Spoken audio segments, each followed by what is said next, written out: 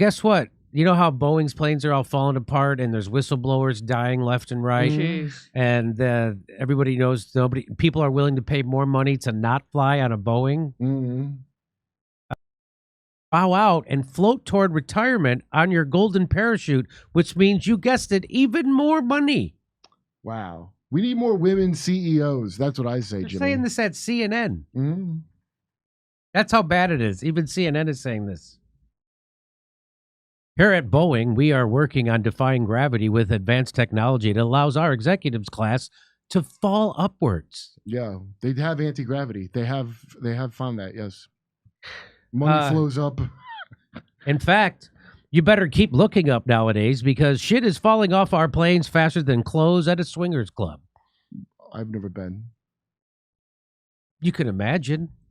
You Can't you imagine that joke? You don't think Are you that literal? I've never been there. I don't think the clothes come off that fast. I think you go to the buffet first. Now it sounds like I have been. That sounds like you have I been. think you see if there's a ZD or something, then you have a chat. Here we go. That's the dream awaiting Dave Calhoun, the CEO of Boeing, who is preparing to retire after 4 years at the helm and driving the company, during which he failed to fix the company's biggest problems around safety and quality control that burned its reputation with customers. Nice. But so he's going to get a big reward for that. By the time he steps down at the end of this year, he'll be 67 years old and poised to collect millions of dollars on top of the many millions he's already made as CEO. Oh, He looks like one of those Enron. They always look like an Enron fuck, these guys. They all look like they're something with Enron. I think it's time to put money into Airbus. It seems like Boeing is in a race with Disney to see how low the bottom can be. There's a certain dark irony in Calhoun pulling the metaphorical ripcord now while Boeing is flailing, though it's hard to imagine a scenario in which he got to keep his job in the midst of cascading mishaps and near disasters over the past 3 months. Which are those? Dozens injured after technical problem on flight to Auckland. Passengers flew through the cabin. New details emerge on piece of Alaska Airlines plane that blew off mid-flight as investigators probe explosive decompression. Hey, the NTSB is probing stuck control incident on a Boeing 737 MAX. This is just some of the stuff we're talking about. Wow. So as a safety measure, it seems like Boeing has decided to not pressurize the cabins anymore. So bundle up, folks, and oxygen masks are available for a fee. Exactly how much Calhoun will receive isn't clear yet, as it depends on how Boeing stock performs. A Boeing spokesperson said the details of his compensation will be shared in the company filings in coming weeks. This article is from a couple weeks ago, so I wonder if actually we know already. But we already know that Calhoun has made about $63 million over the past 3 years. You imagine if they put that into safety? They hired a bunch of safety people or actually paid their workers enough to care? Or just didn't waste it having people killed and instead spent the money screwing the screws in tighter? That includes a $1.4 million base salary plus millions in stock-based incentives. Wow. They just wag their privilege right in your face. According to Boeing's most recent proxy statement, Calhoun is set to walk away with about $15 million worth of stock, cash, and options in retirement. I thought he'd make more for his good work. Well, he's already made $63 million. So 15 and 63, I think, is at $78 million. This is from Virginia Tech. David Calhoun, finding a meaningful balance of success, family, and giving back. Giving back. From 2018. And that doesn't even account for his incentives along the way that could boost his potential future earnings, Kurt.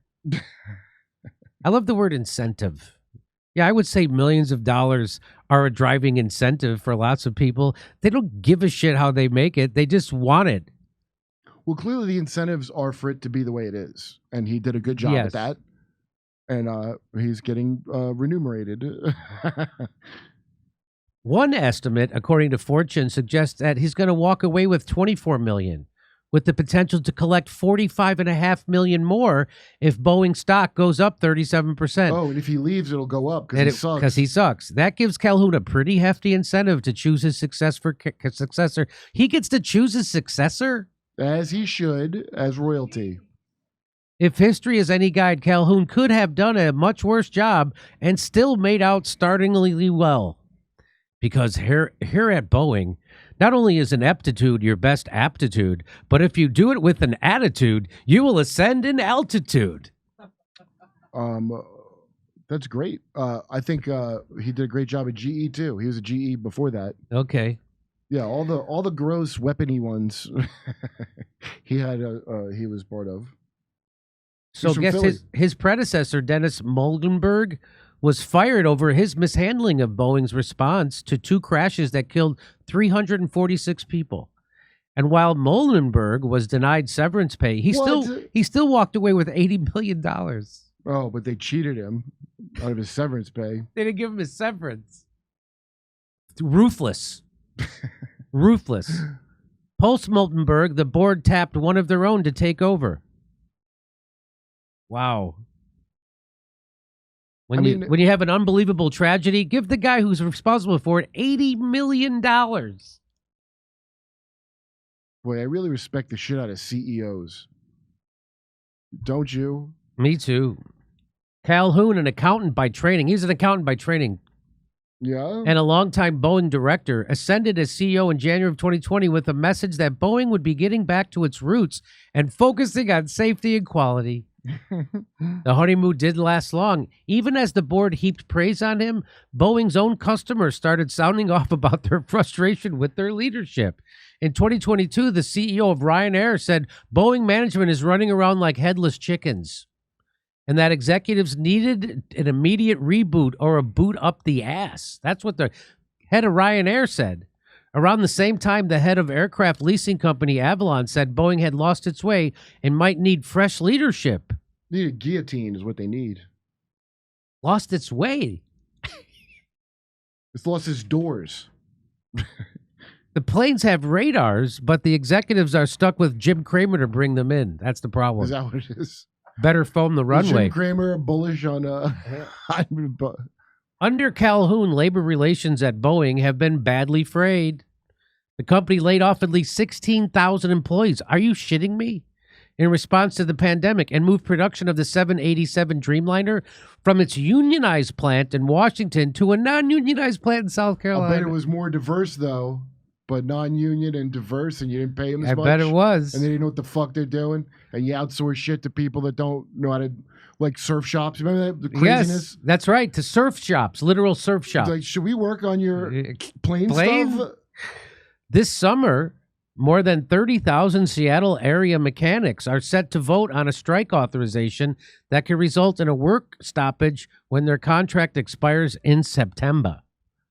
Still, Calhoun has held on, thanks to a loyal board and a business model that makes it virtually impossible for Boeing to lose customers or go bankrupt. What that sounds You know why? Like Because there's only two goddamn companies. Well, that sounds like state-run, not working socialism, communism. That's what this sounds like. Wow.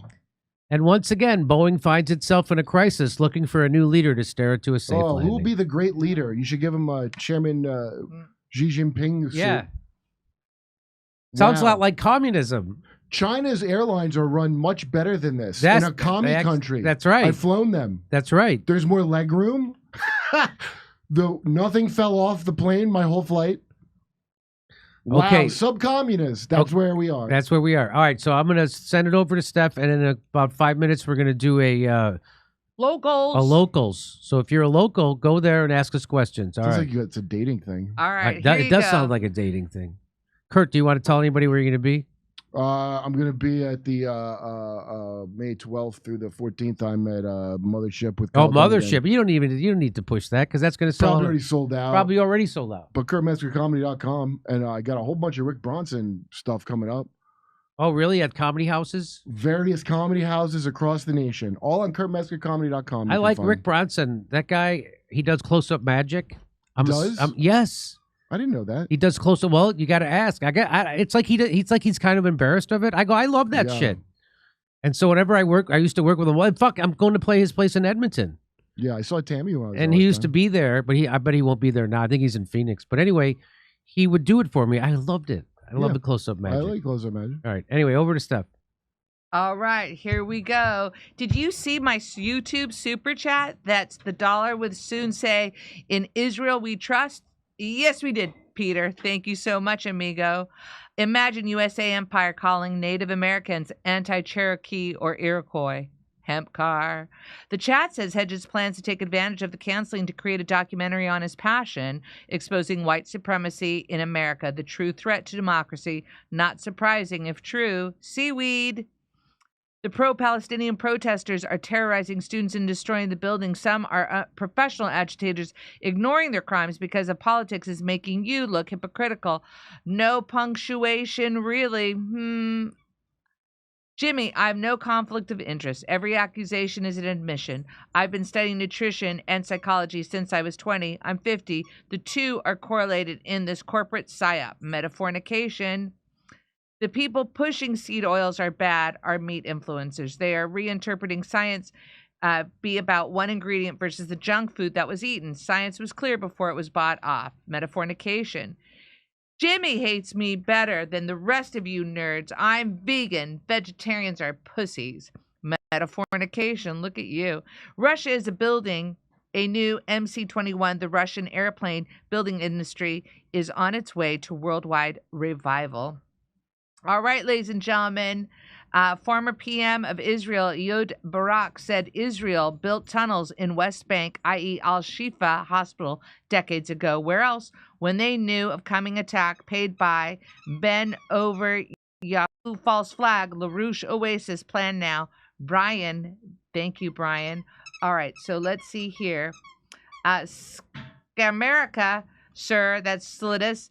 Cutthroat capitalism, USA, terrorism won the Cold War. China now won the game of capitalism without brute force. Now all the world has to do is put the Zionists in their place, scattered to the winds. Vienticus, words like capitalism, communism have no denotation of value in political discourse. They are little more than verbal flag waving. Rems USA, what about comedy leaders, JD? Seamus, does the 64-year-old woman have a penis by any chance? She whines and drones like Chuck Schumer.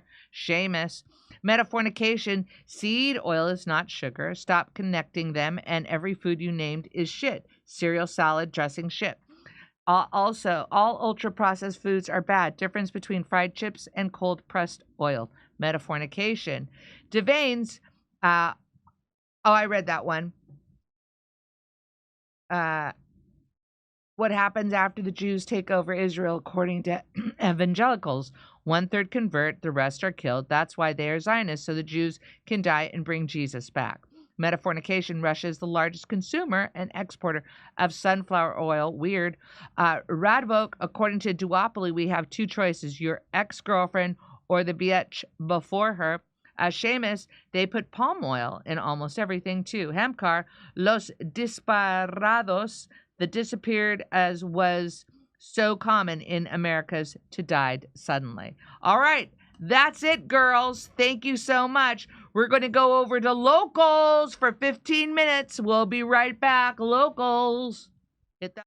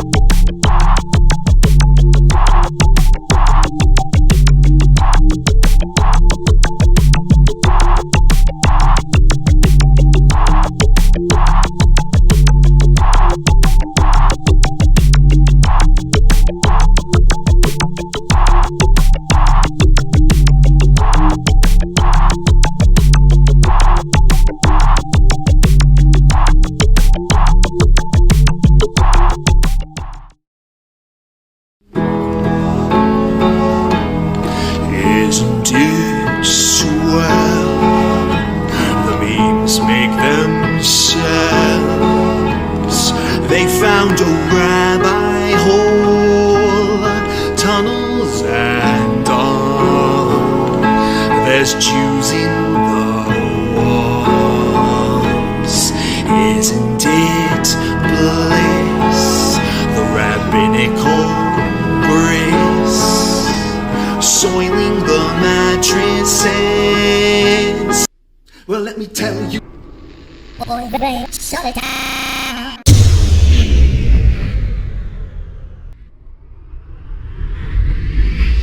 If I were Rabbi Shmuley and diddle diddle diddle digga digga diddle diddle dum, all day long I'd diddle little bums. If I were a Shmuley man, I'd peddle all my dildos, dreidel dildos, selling dildos with my daughter and her mum. If I were a Jewish Shmuley man, I'd be digging with a dildo in my bum. I'd wear a grotesque nose and go grab some goyim right on the nipple with a pinch. A Shabbos lap dance brace for the youngest mensch.